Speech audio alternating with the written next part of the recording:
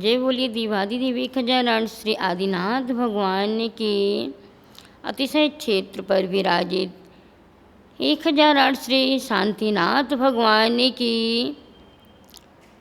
मूल नायक चिंतामणि पारसनाथ भगवान की विश्ववंदनीय महावीर भगवान की परम पूज्य राज संत गणाचार्य गुरुवर 108 वीराग सागर जी महामुनि राज की परम पूज्य भारत गौरव गणनीय आर्यका रत्न गुरु माँ 105 विज्ञाश्री माता जी की।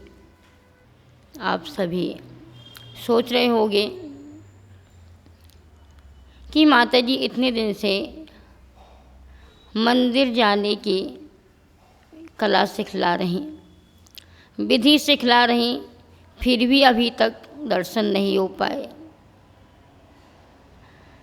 जब तक हम पूर्ण विधि के साथ प्रवेश नहीं करेंगे, पूर्ण विधि के साथ नहीं जाएंगे, तो शायद दर्शन का भी फल नहीं मिलेगा। तो विधि बनाने के लिए समय तो लगता ही है। जब आप कोई भी क्रिया करते हो, अगर भोजन भी आपको करना है तो पहले भोजन बनाने के लिए सामग्री जुटाना पड़ती है, सामग्री एकत्रित करना पड़ती है, उसके बाद सारी क्रिया करना पड़ती है, भोजन पकाना पड़ता है, तब कभी करने को मिलता है। ऐसे ही जब हमें दर्शन का फल प्राप्त करना है तो उसके पहले जो दर्शन की विधि बतलाई है, अर्थात जो क्रिया बतलाई, वो सारी क्रियाएं करोगे। उस विधि से यदि आप प्रतिदिन की क्रिया करोगे तभी आपको फल मिलेगा। जिस विधि से हमने आपको मंदिर जाना बतलाया, अर्थात जिस प्रकार से हमने आपको कला सिखलाई है, उसी कला और विधि के अनुसार यदि आप अपनी क्रिया करते हो तो आपको मंदिर का फल प्राप्त होता है। इसलिए हम पहुंच गए थे, मंदिर में प्रवेश कर गए। प्रवेश करने के बाद सबसे पहले हमें परिक्रमा लगाना है। आप कहोगे कि माता जी हम तो पहले दर्शन करते हैं, चावल चढ़ाते हैं, उसके बाद परिक्रमा लगाते हैं। हम जो करते हैं वो नहीं देखना, लेकिन हमारे आचार्यों ने जो क्रम बतलाया है, जो विधि बतलाई है, वो हमें देखना है। तो सबसे पहले परिक्रमा, वैसे परिक्रमा पहले तो मंदिर का होता है, दूसरा वेदी का परिक्रमा होता है। जब आप मंदिर में प्रवेश करते हो तो मंदिर के पूर्व ही, प्रवेश के पूर्व ही आपको पहले मंदिर का परिक्रमा लगाना चाहिए। मंदिर में परिक्रमा क्यों बनाया जाता, अर्थात एक तो मंदिर का परिक्रमा अलग बनता है और दूसरा वेदी का परिक्रमा। तो मंदिर का परिक्रमा क्यों बनाया जाता है? आचार्यों ने शास्त्रों में कहा है कि हमारी, अर्थात देव शास्त्र गुरु से 100 हाथ तक किसी प्रकार की गंदगी ना हो। 100 हाथ का यदि हम नहीं रख सकते हैं ध्यान, तो कम से कम 25 हाथ की दूरी तो होना ही चाहिए। अर्थात मंदिर से 25 हाथ की दूरी तक किसी भी प्रकार की गंदगी ना हो, हड्डी, चमड़ी, मलमूत्र आदि। आजकल तो क्या मंदिर में ही आपके अटैच लैट्रिन, बाथरूम आदि सारी सुविधाएं आपको चाहिए, जबकि मंदिर में ऐसी गंदगी ना हो, तभी मंदिर की पवित्रता कायम रहती है। तो 25 हाथ की दूरी। अब मंदिर में जब भी हम मंदिर के बाहर जो 25 हाथ की दूरी तक के लिए एक परकोटा खींच देते हैं, अर्थात एक बाउंड्री बना देते हैं, वही परिक्रमा का रूप बन जाता है। इसलिए शुद्धि और सीमा के दृष्टिकोण से मंदिर का परिक्रमा बनाया जाता है। वेदी का परिक्रमा इसलिए बनाया जाता है कि दीवालों में राक्षस का निवास स्थान होता है, इसलिए वहाँ पर भी आचार्यों ने कहा कि कभी जो मूल वेदी होती है उसको दीवार से सटा करके नहीं बनाएं, अर्थात कम से कम 1.5 फुट या 2.5 फुट जगह को छोड़ कर के ही दीवार से आगे वेदी बनाएं। तो वो जो जगह छोड़ी जाती है वह भी परिक्रमा का रूप बन जाता है, ताकि वहाँ पर भी हमारी शुद्धि पूर्णतया रहे। राक्षसों का जो निवास होता है उसकी अपवित्र वर्गणाएँ प्रथमा तक ना पहुँचें, इस दृष्टि से यहाँ भी वही सीमा और शुद्धि का दृष्टिकोण रखते हुए परिक्रमा बनाया जाता है। अब परिक्रमा लगाया क्यों जाता है, तो इसमें भी आचार्यों ने 2 सूत्र बतलाए कि 2 दृष्टिकोण से ही आप परिक्रमा लगा सकते हैं। जो हम मंदिर में प्रतिदिन 3 परिक्रमा लगाते हैं, तो परिक्रमा क्यों लगाया जाता है? परिक्रमा का मतलब होता है घूमना। प्रदक्षिणा कहो, परिक्रमा कहो, घूमना कहो, एक ही बात है।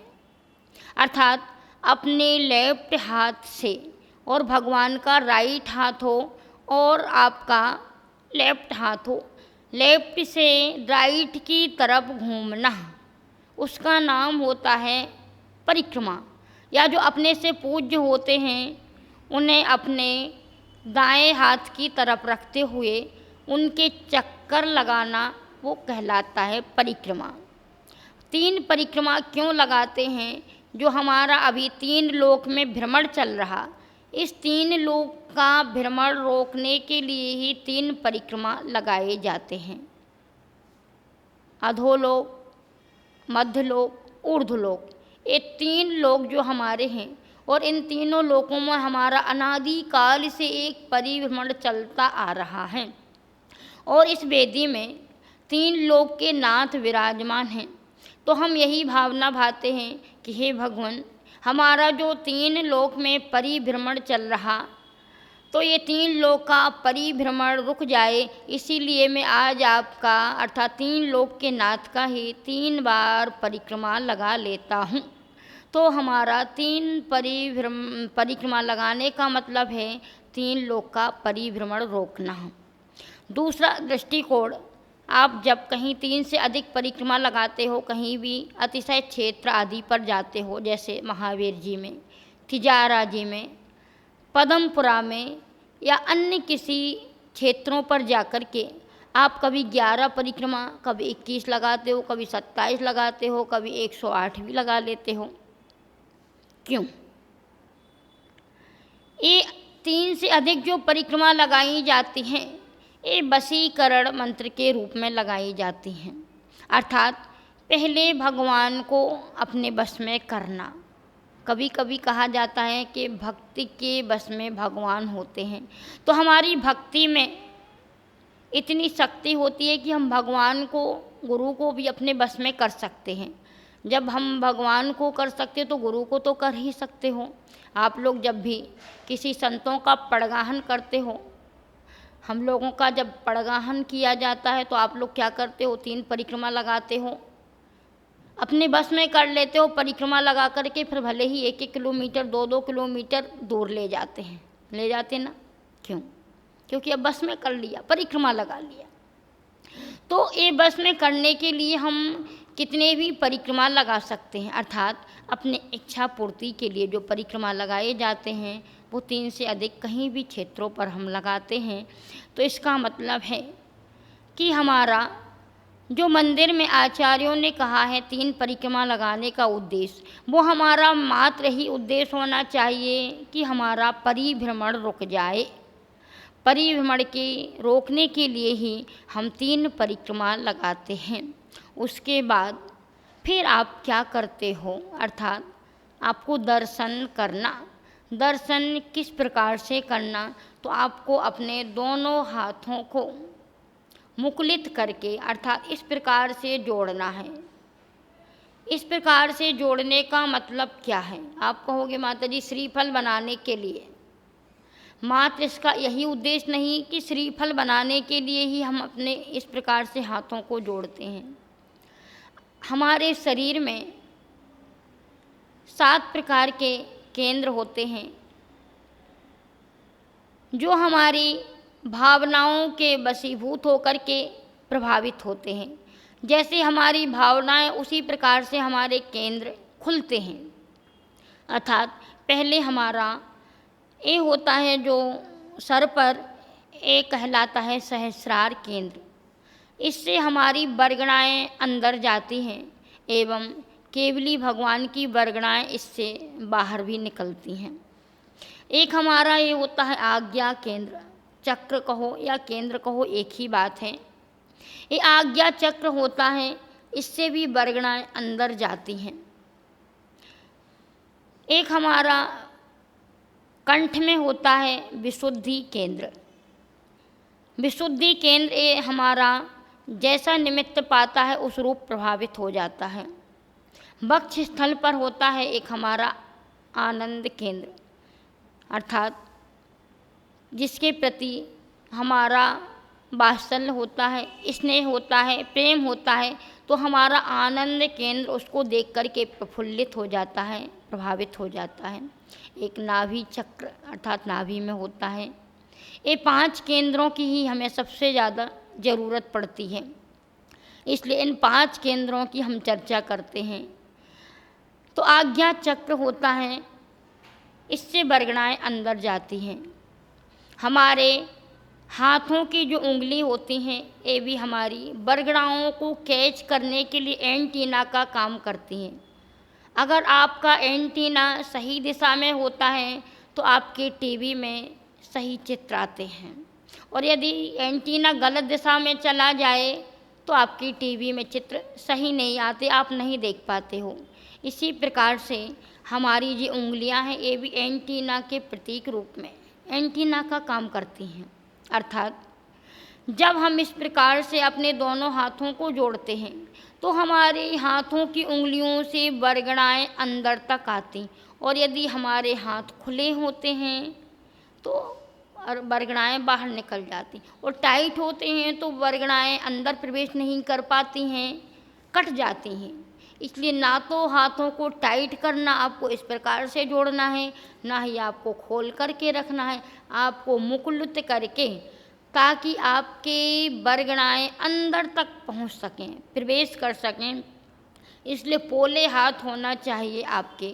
पोले हाथ से बरगणाएँ अंदर आसानी से प्रवेश कर जाएंगी, और जब प्रवेश करेंगी तो आपको ये जो आपका हिस्सा है आपका या तो यहाँ पर टच होना चाहिए या फिर सहस्रार केंद्र पर, इससे बरगणाएँ अंदर जाएंगी। जब भी आप भगवान को नमस्कार करते हो, झुकते हो, दर्शन करते हो, तो आपको इसी प्रकार से हाथों को जोड़ना है।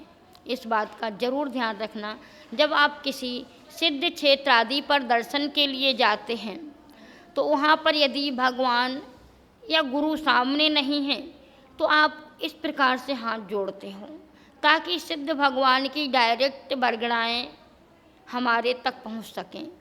और जब भगवान या गुरु या जिनवाणी साक्षात सामने विराजमान हो तब आप इस प्रकार से हाथों का उपयोग करें।